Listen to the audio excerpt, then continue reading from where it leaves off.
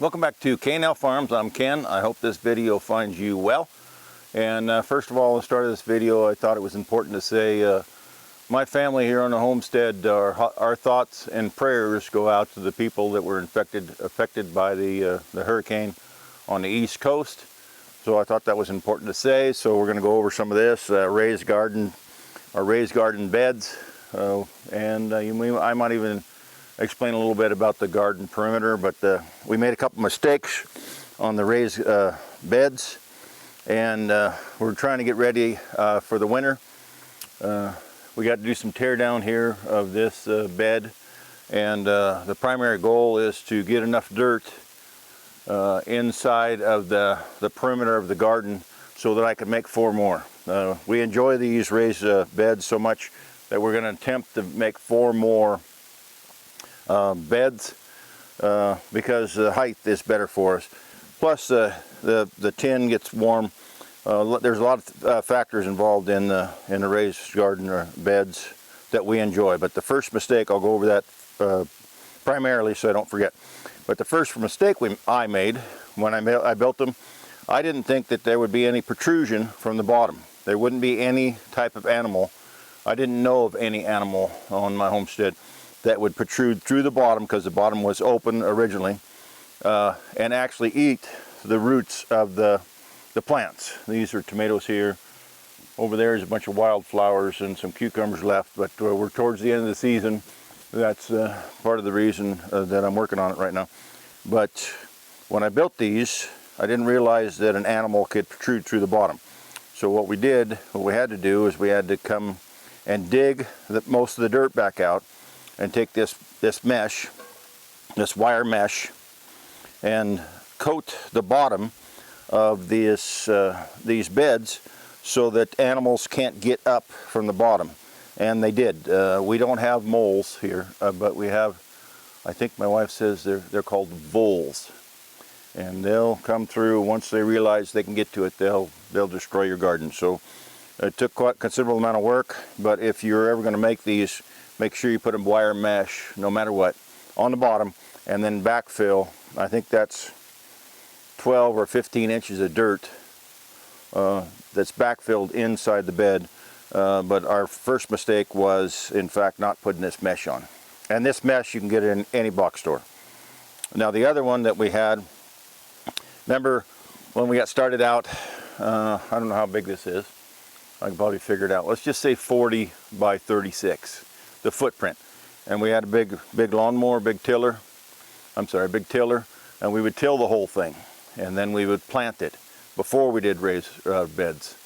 Before raised beds actually got real popular. And then we would find out that something was eating the roots, and we didn't know what it was at the time. But anyway, the subject is big rototiller. I might even try here later on in the video and get an image of our original rototiller. But then we did raised beds, and there's no way that you can get that big tiller onto there, because every year, yes, you either have to till it or break up the soil in the beginning of the year. In the spring, you got to break it up. So either you got to get a tiller up there, or you got to take a shovel, which took virtually forever.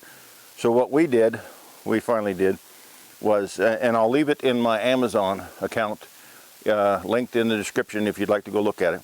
But we just went out and got a tiller head, small tiller head, which I can actually pick up and till that at the beginning of spring.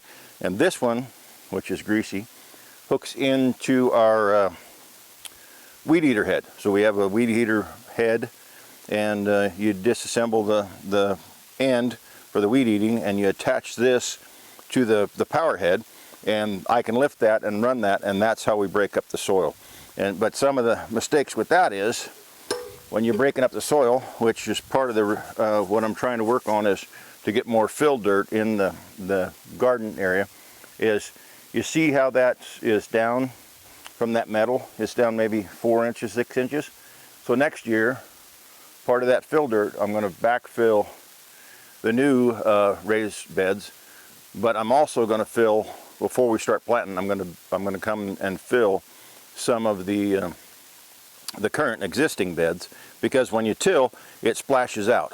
Some of the dirt, you're tilling along pretty good, and the dirt splashes out, and then you get gradually it gets lower and lower. Plus there's some settlement.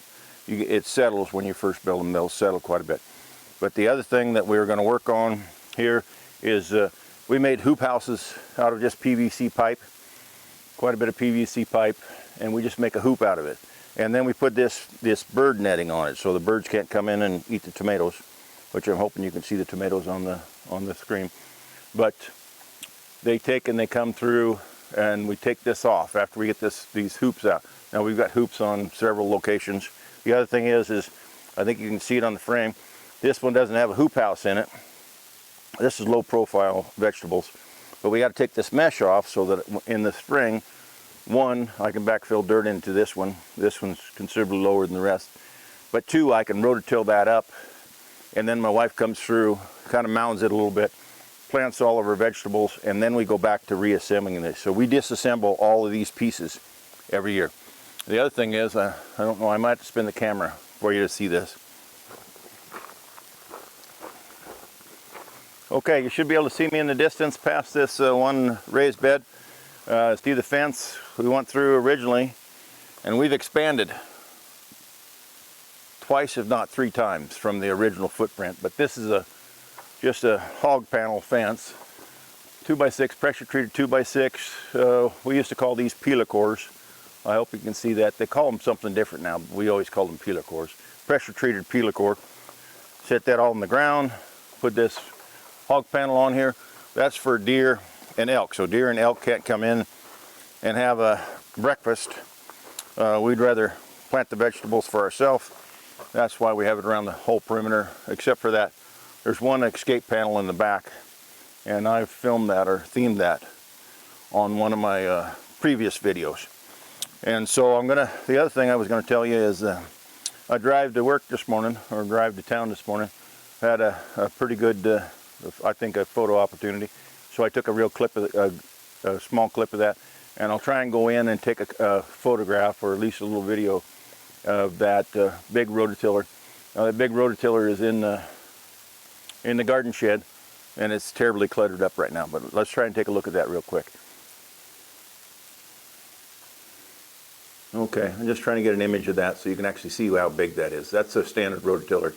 That other one I themed was for inside the vegetable garden, raised beds.